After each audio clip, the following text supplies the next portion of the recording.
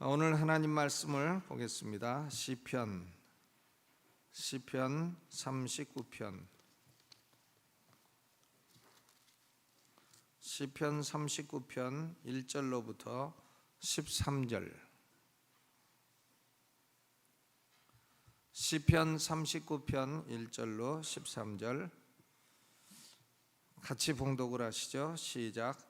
내가 말하기를 나의 행위를 조심하여 내 혀로 범죄치 아니하리니 악인이 내 앞에 있을 때에 내가 내 입에 자갈을 먹이리라 하였도다.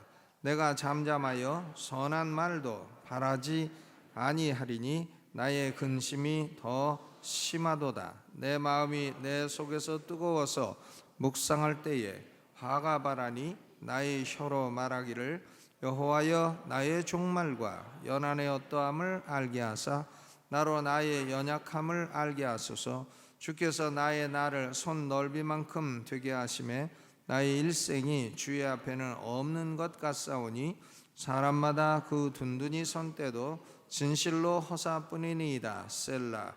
진실로 각 사람은 그림자같이 다니고 헛된 일에 분유하며 재물을 쌓으나 누가 취할는지 알지 못하나이다. 주여 내가 무엇을 바라리요? 나의 소망은 주께 있나이다. 나를 모든 죄과에서 건지시며 우매한 자에게 욕을 보지 않게 하소서. 내가 잠잠하고 입을 열지 아니하옴은 주께서 이를 행하신 연고니이다. 주의 징책을 나에게서 옮기소서. 주의 손이 치심으로 내가 쇠망하였나이다. 주께서 죄악을 견책하사 사람을 징계하실 때에 그 영화를 조목은같이 소멸하게 하시니 참으로 각 사람은 허사뿐이니이다. 셀라. 여호와여 나의 기도를 들으시며 나의 부르짖음에 귀를 기울이소서. 내가 눈물을 흘릴 때에 잠잠하지 마옵소서. 대전하는 주께 객이 되고 거류자가 됨이 나의 모든 열조 같으니이다. 주는 나를 용서하사 내가 떠나 없어지기 전에 나의 건강을 회복시키소서. 아멘.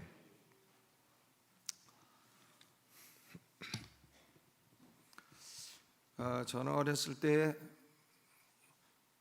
인천에 살았는데 인천시 화평동 350번지.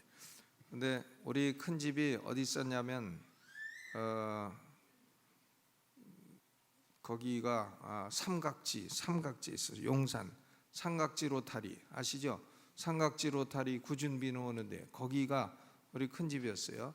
근데 삼각지 로타리는 거기는 그 전차 부셔진 것을 다 모아두는 그런 그 폐차장이 있었습니다. 그래서 저는 명절에 가면 고기 얻어 먹고 전차 부셔진 데 가가지고 놀고, 그러면 이제 점심 먹고 나면 아버지가 꼭 데리고 간 데가 있어요.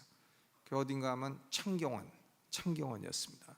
그래서 명절은 뭐 하는 날이나 창경원 보는 날 가서 짐승을 늘 보고 오고 그랬습니다. 그래서 저는 그때는 그게 뭔지 몰랐는데 지금 가만히 생각해 보니까 참 우리 아버지가 자녀 교육을 위해서 엄청나게 많이 애쓰셨다. 나는 지금 명절이 돼도 애를 데리고 창경원 가자 그러면 헛소리 하지 말라고 그럴 건데 우리 아버지는 나를 데리고 그렇게 창경원을 그렇게 다니셨으니 참 자녀 교육에도 신경을 많이 쓰신 어른이시다, 이런 생각이 납니다. 이제 아버지도 돌아가시고 어머니도 돌아가시고 그러니까 갈 데가 없어요. 갈 데가 없고, 그러니까 우리 교회 어르신들을 뵐 때에 야, 참 우리 어르신들이 다 우리 아버지고 우리 어머니시로구나, 이런 생각이 들어갑니다. 건강하시고 오래오래 사시기 바랍니다. 아멘. 오늘은 시편 39편인데요 다윗의 시 영장 여두둔으로 한 노래, 그러니까 여두둔을 위해서 지은 노래라 하는 얘기인 것입니다. 그러니까 여두둔이라는 게 사람 이름이에요. 여두둔이라는 사람을 위해서 다윗이 지은 시라. 그러니까 여두둔이 이걸 가지고 노래를 부르라고 지은 시라, 이런 말씀이죠. 여두둔이 누군가? 여두둔, 여씨는 뭐 한국에도 있고 한데 이스라엘의 여두둔, 이 사람은 역대상 16장에 보게 되면 다윗이 법궤를 오벳 에돔의 집으로부터 예루살렘으로 옮겨오게 되었습니다. 무사히 안치를 한 후에 번제와 화목제를 드리고 그리고 송축시를 불렀습니다. 그리고 역대상 16장 42절에 보면 거기 악기를 연주하고 또 이 성막을 지키는 문지기를 임명하고 이렇게 했어요. 그런데 그때에 악기를 연주하는 사람이 누구냐면 바로 헤만이라는 사람과 여두둔이라는 사람이에요. 역대상 16장 42절에 저희와 함께 헤만과 여두둔을 세워 나팔과 제금들로 하나님을 찬송하는 악기로 소리를 크게 내게 하였고 여두둔의 아들로 문을 지키게 하였더라. 그러니까 여두둔 아버지는 악기 연주하는 사람이고 아들은 문 지키는 사람이고, 그러니까 이 성막을 지키고 보호하는 그런 사람이 바로 여두둔이었다, 이렇게 볼 수 있어요. 그러니까 여두둔이라고 하는 이름은 그 의미가 찬양을 하는 자라, 이런 뜻이에요. 그러니까 이름 그대로 이 사람은 직업을 갖고 있었다 하는 걸 볼 수가 있습니다. 찬양을 하는 자이기 때문에 악기를 가지고 하나님을 찬양하는 그런 직업을 가지고 있었던 사람입니다. 그러니까 다윗이 이 여두둔에게 노래를 지어주고 이 노래를 가지고 연주를 해라, 이렇게 해서 준 시라, 그런 말씀이죠. 그런데 다윗이 이 시를 지을 때의 상황을 보게 되면 그렇게 좋은 상황이 아닙니다. 10절과 11절 다윗의 상황이에요. 읽어보시죠. 시작. 주의 징책을 나에게서 옮기소서. 주의 손이 치심으로 내가 쇠망하였나이다. 주께서 죄악을 견책하사 사람을 징계하실 때에 그 영화를 존목음같이 소멸하게 하시니 참으로 각 사람은 허사뿐이니이다. 셀라. 그리고 13절에 보니까 주는 나를 용서하사 내가 떠나 없어지기 전에 나의 건강을 회복시키소서 그랬어요. 그러니까 다윗이 지금 하나님으로부터 징책을 받고 있는 겁니다. 또 견책을 받고 있는 것이고 징계를 받고 있는 것이에요. 좋은 단어가 하나도 없어요. 징책, 또 견책, 징계. 그러므로 쇠망하고 소멸하게 되었다. 뭐 어떻게 쇠망하고 소멸하게 되었나? 건강이 무너지게 되었다. 건강이 지금 다윗의 죄로 인해서 하나님의 징벌을 받아서 건강이 나빠지게 되었다, 그런 얘기인 것이죠. 그러니까 건강을 회복시켜 달라고 기도를 하는 것입니다. 그런데 여기서 보면 그 주의 징책을 나에게서 옮기소서, 주의 손이 나를 치셨다 그랬어요. 여러분, 우리가 죄를 지어도 우리를 치는 분은 누구냐? 주님이십니다. 주님이 우리를 치는 겁니다. 근데 주님이 왜 나를 치나 이렇게 생각할 게 아니죠. 주님이 치시는 게 훨씬 나은 겁니다. 마귀가 치면 그건 뭐 무자비한 침이 되겠지만 주님 하나님이 우리를 치시면 하나님은 사랑의 아버지시죠. 그렇기 때문에 우리를 치셔도 죽지 않을 만큼만 치신다 이거죠. 죽지 않을 만큼만 치시고 또 죽으려고 하면 살려내시고, 왜? 우리를 치시는 분이 누구십니까? 하나님이시기 때문에, 아버지시기 때문에. 아버지가 자식을 쳐도 죽게 때리냐 이거예요. 때리다가도 다시 싸매고 아프면은 다시 감싸주고, 그것이 아버지죠. 그리고 터무니없는 징계를 하지 않으실 뿐만이 아니라 또 징계를 하시는 목적도 아주 죽이려고 하는 게 아니고 좋은 교훈을 주시려고 징계를 하는 것입니다. 뭔가 잘못된 것을 바로잡으시려고 징계를 주시는 것이기 때문에 주의 손이 우리를 치신다. 그것은 나쁜 교리가 아니라 우리에게 위안이 되는 그런 중요한 진리인 것입니다. 얻어 터져도 하나님에게 터져야 돼요. 마귀에게 얻어 터지면 안 된다 이거죠. 그런데 우리 성도들은 하나님의 손아귀에 딱이기 때문에 징책을 받아도 하나님께 받는 것이고, 견책을 받아도 하나님께 받는 것이고, 징벌을 받아도 하나님께 받는 것입니다. 이 시편 39편의 핵심은 다윗이 겪고 있는 징책이 뭐냐, 거기에 핵심이 있는 것이 아니라 하나님의 징책으로부터 얻는 유익이 뭐냐, 하나님이 도대체 어떤 유익을 주시려고 다윗을 징책하시느냐 하는 데 있는 것입니다. 그러니까 다윗은 그 경험이 다윗 한 사람의 경험이 아니고 우리 모든 성도의 공통적인 경험인 것입니다. 다윗이 무슨 죄를 지었나? 그건 알 수가 없어요. 다윗이 무슨 죄를 지었는지는 여기 나와 있지 않습니다. 또 다윗이 건강이 얼마나 나빠졌는지도 알 수가 없어요. 나와 있지 않습니다. 그런데 이 전체적인 문맥을 보게 되면 다윗은 아마도 좀 입술로 죄를 지은 것 같아요. 말을 잘못해가지고 그래가지고 하나님에게 징벌을 받고 건강을 잃게 된 그런 상황인 것 같습니다. 그러나 뭐 그것은 확실치 않아요. 분위기를 봐서 그렇다는 것이죠. 먼저 주님이 다윗을 징책하신 것으로 인해서 네 가지 유익이 있습니다. 그래서 오늘 말씀의 제목이 징책이 주는 네 가지 유익이라. 하나님께 징책을 받게 되면 첫 번째 유익은 뭔가 하면 우리가 그 선한 결심을 하게 되는 유익이 있습니다. 선한 결심, 성화의 유익이 있어요. sanctifying effect, 성화의 유익이 있습니다. 1절로 2절 선한 결심을 하죠. 1절 2절 읽어봅니다. 시작. 내가 말하기를 나의 행위를 조심하여 내 혀로 범죄치 아니하리니 악인이 내 앞에 있을 때에 내가 내 입에 자갈을 먹이리라 하였도다. 내가 잠잠하여 선한 말도 바라지 아니하리니 아니야 나의 근심이 더하도다 그랬어요.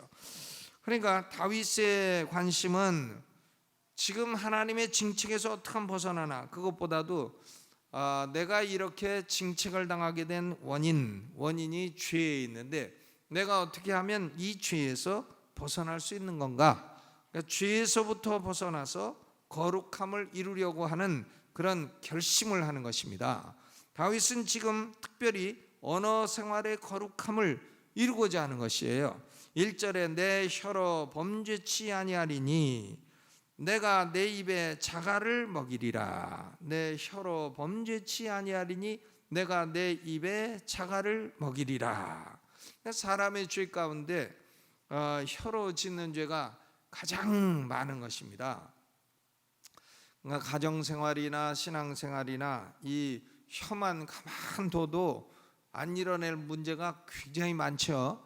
가만히 아무 말도 안 하고 가만히 있으면 별일 없이 지나갈 건데 그만 승질 한번 내는 바람에 그것이 그만 커져가지고서는 큰 문제가 되고 그런 경우가 많이 있습니다. 그러니까 사람의 죄 가운데는 혀로 짓는 죄가 가장 많아요. 야고보서 1장 26절에 누구든지 스스로 경건하다 생각하며 자기 혀를 재갈 먹이지 아니하고 자기 마음을 속이면 이 사람의 경건은 헛것이라. 나는 경건한 사람이다 생각하면서 자기 혀는 마음대로 하고 싶은 말 다 하면은 그건 안 된다, 이런 말씀. 그런 경건은 헛것이다, 이런 말씀인 것입니다. 야고보서 3장 2절에도 우리가 다 실수가 많으니 만일 말에 실수가 없는 자면 곧 온전한 사람이라. 말에 실수가 없는 사람은 온전한 사람이라. 능히 온 몸도 굴레 씌우리라.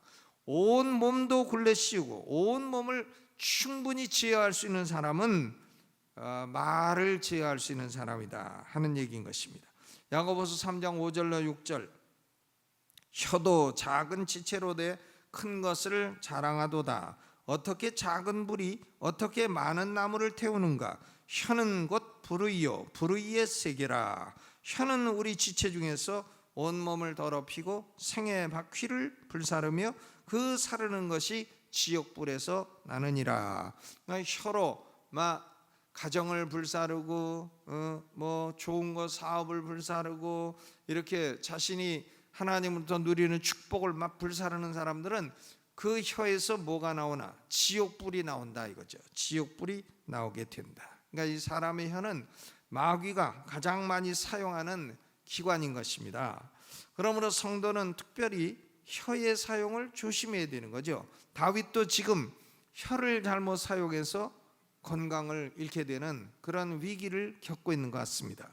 그러니까 다윗이 결심을 하는 거죠. 나는 내 혀로 범죄치 않겠다.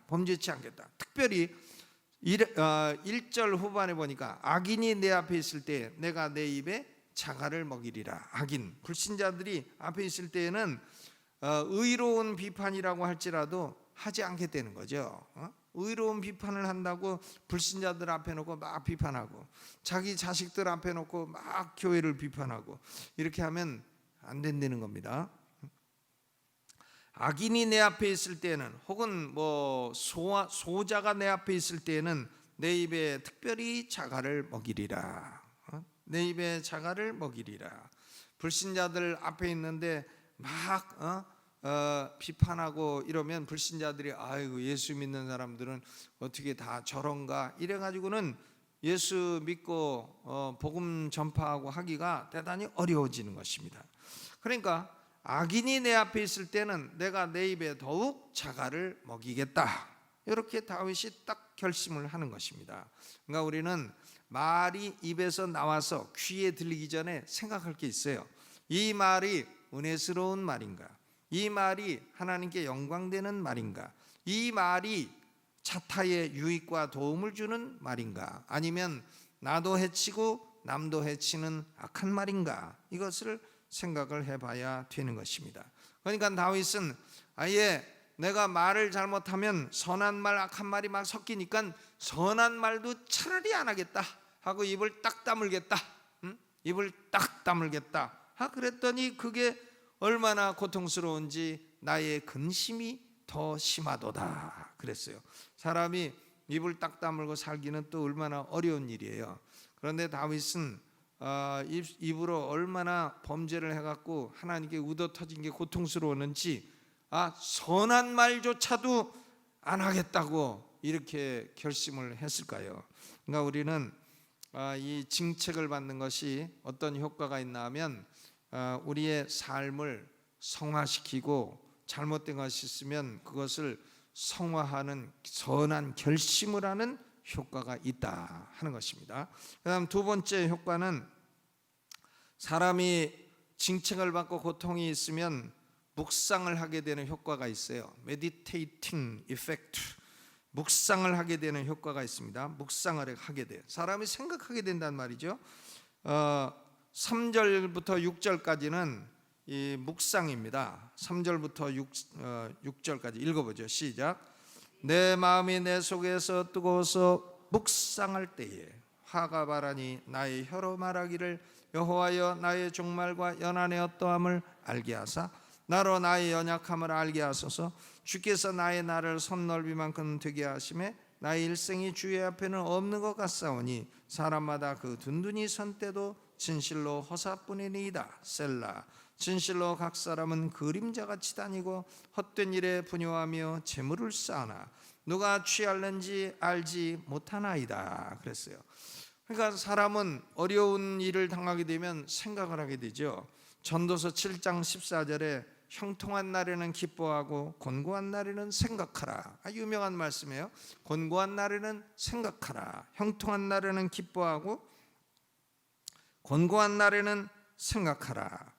다윗이 무슨 문제로 인해서 이렇게 건강을 잃을 정도로 하나님의 징책을 받고 있는지는 모릅니다만은, 추측할 수밖에 없습니다만은, 이런 징책이 오게 되니까 다윗이 생각을 하는 겁니다. 현세와 내세의 관계를 묵상하게 되었다 하는 얘기인 것입니다.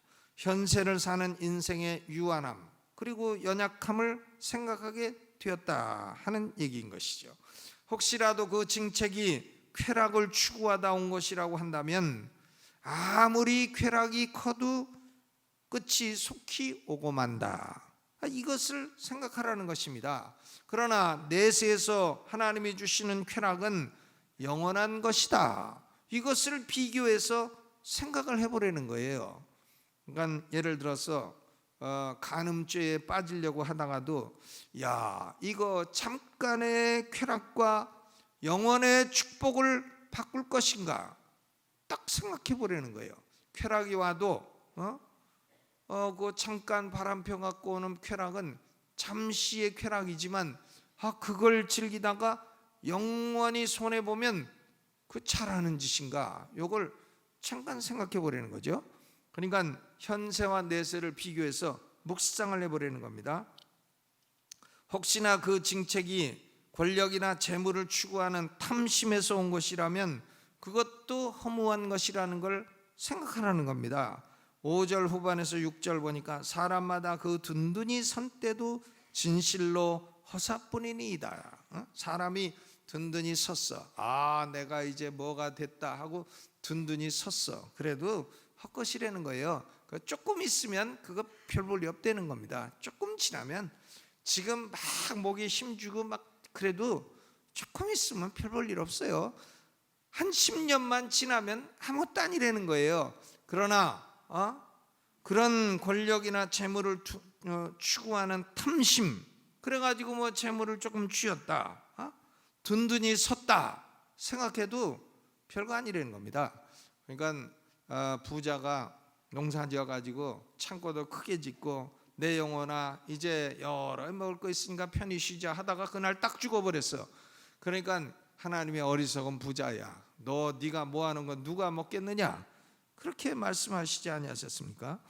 그러니까 진실로 든든히 선 때도 허사뿐이니이다. 진실로 각 사람은 그림자같이 다니고 헛된 일에 분유하여 재물을 쌓으나 누가 취할는지 알지 못하나이다.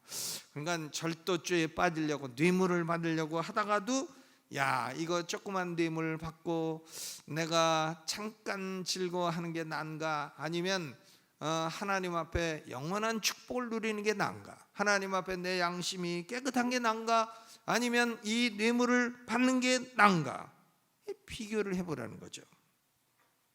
혀로 죄를 막 지으려고 하다가도 야, 이 혀로 죄를 지어가지고 영원한 상급을 손해보는 게 나은가, 아니면 괴롭더라도 입에 자갈을 딱 먹이는 것이 나은가, 이것을 묵상을 해버리는 겁니다. 묵상하는 효과, 묵상의 효과가 있는 것입니다. 그러니까 사람은 고난을 많이 당하게 되면 생각이 깊어지죠. 고난이 전혀 없는 사람은 생각이 깊질 않아요. 왜? 사람의 고난은 사람으로 하여금 묵상하는 그런 효과가 있기 때문인 것입니다. 그러니까 사람은 항상, 우리는 성도들은 특별히 현세는 잠깐이고 내세가 영원하다, 이걸 항상 생각해야 돼요. 그래서 현세에 내가 뭔가 좀 누리려고 하다가도 이것이 내세의 손해가 된다 하면 내세 쪽으로 유익을 하도록 그렇게 결정을 하고 생각을 하는 게 옳다는 것입니다. 세 번째로 고난이 오게 되면, 징책을 받게 되면 하나님을 향한 신앙이 더 강화되는 효과가 있어요. 신앙이 더 강화됩니다. 신앙을 더 확실하게 고백할 수 있게 되는 것입니다. 여기 보니까 다윗같이 위대한 인물도 하나님의 징책 가운데 있을 때에는 쇠망하고 소멸할 수밖에 없는 약한 존재에 불과하다는 걸 알 수 있어요. 그렇죠. 다윗이 인간 가운데 아마 뭐 5손가락 안에 드는 위대한 인물 아닙니까? 아브라함, 다윗, 뭐 솔로몬은 조금 떨어져, 퀄리티가 많이 떨어지는데, 그래도 아브라함, 다윗, 요셉, 이런 사람들 엄청난 사람들이죠. 인간 가운데서 5손가락 안에 들어가는 이런 사람도 하나님의 징책을 딱 받으니까 어떻게 됐어요? 10절에 내가 쇠망하였나이다, 또 내가 소멸하게 되었나이다, 소멸하게 되었나이다. 그리고 12절에 보니까 나는 주께 객이 되고 거류자가 되었나이다, 주께 객이 되고 거류자가 되었나이다. 하나님이 나를 외국인 취급하십니까? 나는 나의 모든 열조 같으니이다. 내 조상이나 나나 아무 차이가 없는 존재라는 것을 알았나이다. 그런 얘기인 것이죠. 그러니까 하나님의 징책이 오니까 영화가 다 좀먹게 되고, 좋은 것도 다 좋은 줄 모르고, 사람이 병들면요, 좋은 게 어디 있어요? 뭐 돈이 있은들 좋겠습니까? 병들어서 밥도 제대로 못 먹는데 돈은 무슨 소용이 있고, 병들어가지고 비행기도 못 타는데 뭔 외국 여행은 무슨 소용이 있고, 병들어가지고 걷지도 못하는데 골프 채는 무슨 소용이 있고, 그렇습니까? 아무 소용이 없는 거지. 그러니까 영화가 좀 먹게 되었구나, 내가 쇠망하고 소멸하게 되었구나. 이 다윗같이 위대한 사람도 하나님의 징책을 받으니까 쇠망하고 소멸하게 되었다는 겁니다. 그러므로 다윗의 위대한 신앙 고백이 7절이에요. 7절 읽어봅니다. 시작. 주여 내가 무엇을 바라리요? 나의 소망은 주께 있나이다. 이제 알았다는 거죠. 내가 바랄 게 세상에는 아무것도 없고 나의 소망은 누구에게 있다고요? 주님에게 있다. 우리 소망은 삼위일체 하나님께 있는 줄로 믿습니다. 아멘. 우리 소망이 뭐가 있겠어요? 돈이 우리 소망이 됩니까? 무슨 소망이 되겠어요? 또 권력이 우리의 소망이 됩니까? 참 요번에 그 총리님 완구 가게 주인이신가, 성함이 이완구이신데, 근데 총리님 저기 청문회 하시는 거 보니까 참 어려우시더만요. 참 어려워. 그 총리님 또 친구분 그 충청도 향후회 회장님, 참 그분도 나오셔가지고 애쓰시더만요. 참 충청도 분이라 그런가 대답이 간단하고 그래요. 우리 처가가 충청도가 돼갖고 난 이 충청도 말을 잘 알아듣습니다. 충청도 사람들은 구려, 그러면 이게 긍정인가 부정인가 알 수가 없어요. 구려 그러면 이게 긍정인지 부정인지 도무지 알 수 없습니다. 아주 속이 깊죠.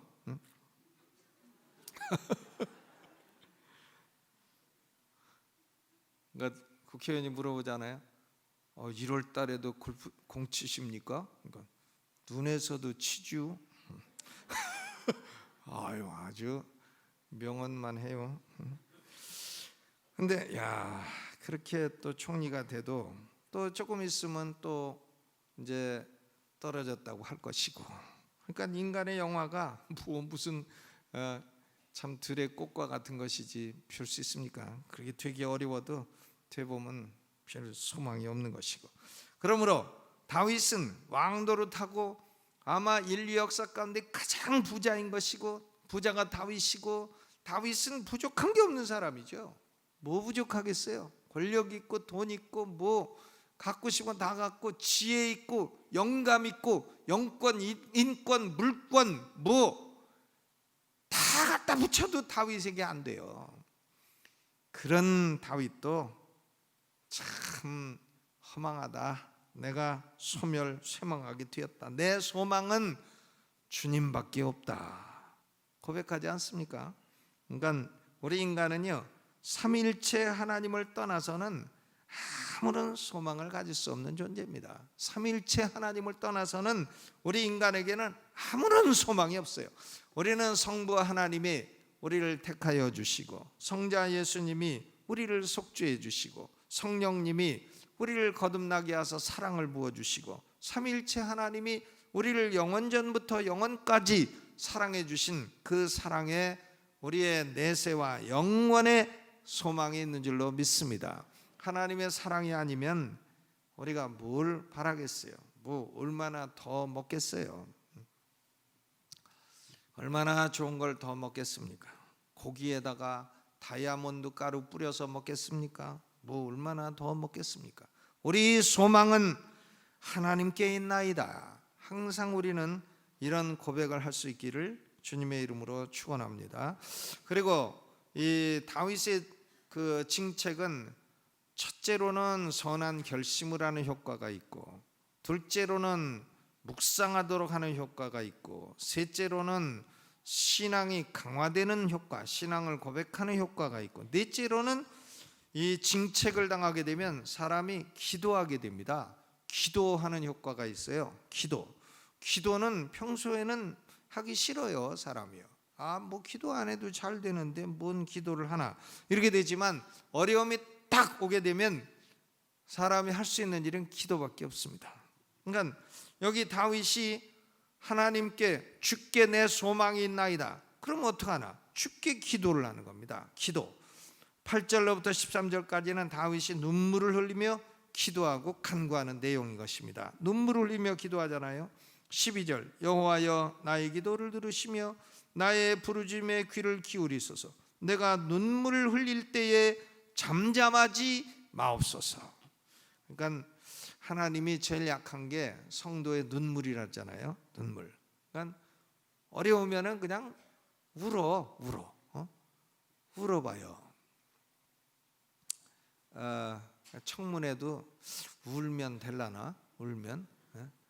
울면은 저건 왜 또 울기까지 하나 찔찔 짜나 이래갖고 더 안 될라나 모르겠습니다. 근데 여러분, 하나님 앞에서는 울면 되는 겁니다. 울면 돼. 눈물 흘릴 때에 잠잠하지 마옵소서. 이 다윗이 간구하는 내용은 요약해 보면 6가지예요. 8절 전반에 나를 모든 죄과에서 건지소서. 같은 죄에 빠지지 않도록 해달라는 얘기죠. 죄과에서 건지소서. 8절 후반에는 우매한 자에게 욕을 보지 않게 해주소서. 어리석은 자에게 비웃음거리가 되지 않게 해달라. 다윗 저게 무슨 하나님 마음에 합한 자라 하더니 저거 실수해가지고 저거 보니까 저렇게 됐구나 하하하. 그렇게 비웃음 당하고 욕을 보지 않게 해달라. 두 번째 간구죠. 또 10절 전반에는 주의 징책을 나에게서 옮겨주소서. 하나님의 징계를 거둬달라. 그리고 네 번째 12절 전반에 보면 나의 기도와 부르짖음을 들어주시고 응답해달라. 13절 전반에는 나를 용서해달라. 그리고 13절 후반에는 나의 건강을 회복시켜달라. 우리는 기도할 때 끄트머리 있는 걸 맨 먼저 내지 않겠어요? 근데 다윗은 딴 것부터 하고 건강 회복 제일 중요한 거 맨 끄트머리에 딱 해갖고 하나님에게 강한 임팩트를 주고 그리고 이제 예수님 이름으로 기도합니다. 아멘 하고 딱 끝내게 되는 것이죠. 그러니까 징책은 우리로 하여금 기도하게 만듭니다. 사람은 어려움이 있어야 또 기도도 하는 것이죠. 여러분, 우리의 소망은 어떤 상황에서도 오직 하나님에게 있습니다. 하나님을 떠나서는 아무 소망을 가질 수 없어요. 하나님께 소망을 두는 사람은 생각을 하고 묵상을 하고 기도하는 사람인 것입니다. 우리의 기도가 이런 바른 묵상이 밑받침된 그런 기도가 되어서 하나님의 응답을 얻게 되시기를 주님의 이름으로 축원합니다. 여러분, 어떤 상황이라도 하나님께 소망을 두시고 기도하시고 응답받게 되시기를 주의 이름으로 축원합니다. 하나님, 우리 아버지, 다윗같이 위대한 인물도 때로 하나님께 범죄하여 하나님의 징책을 보고 인생이 쇠망하며 참으로 쇠퇴하게 되었다고 고백을 하고 있습니다. 하나님, 다윗은 이 어려운 상황에서도 다시는 죄를 범치 아니하리라 결심하고 하나님 앞에 이 죄를 짓는 것이 영원에 얼마나 큰 손해가 오는가를 묵상하며 그리고 하나님을 다시 의지하고 하나님을 소망하며 기도하였습니다. 하나님 아버지, 우리의 소망은 하나님께 있나이다. 우리의 아버지, 우리의 구주 예수 그리스도, 우리와 함께 계시는 성령님 삼위일체 하나님에게 우리의 소망이 있사오니 오늘도 하나님이여 우리의 기도를 들어주시고 우리의 부르짖음에 응답하여 주옵시고 우리의 영혼을 하늘의 거룩한 영으로 채워주시고 빛으로 채워주시고 진리로 채워주옵소서. 우리 하나님의 응답을 보게 하시고 우리의 약한 건강을 회복시켜 주옵시고 우리에게 향한 하나님의 분노와 징책을 거두어 주옵소서. 오늘도 하나님의 사랑이 우리 마음에 가득히 부음받게 하여 주옵소서. 예수님 이름으로 기도하옵나이다. 아멘. 우리 기도할 때에 육신이 연약해서 아파서 기도를 원하는 분들은 앞으로 나오시기 바랍니다. 제가 위해서 기도해 드리도록 하겠습니다. 오른손 들고 주여 3번 크게 부르고 통성으로 기도합니다. 주여, 주여.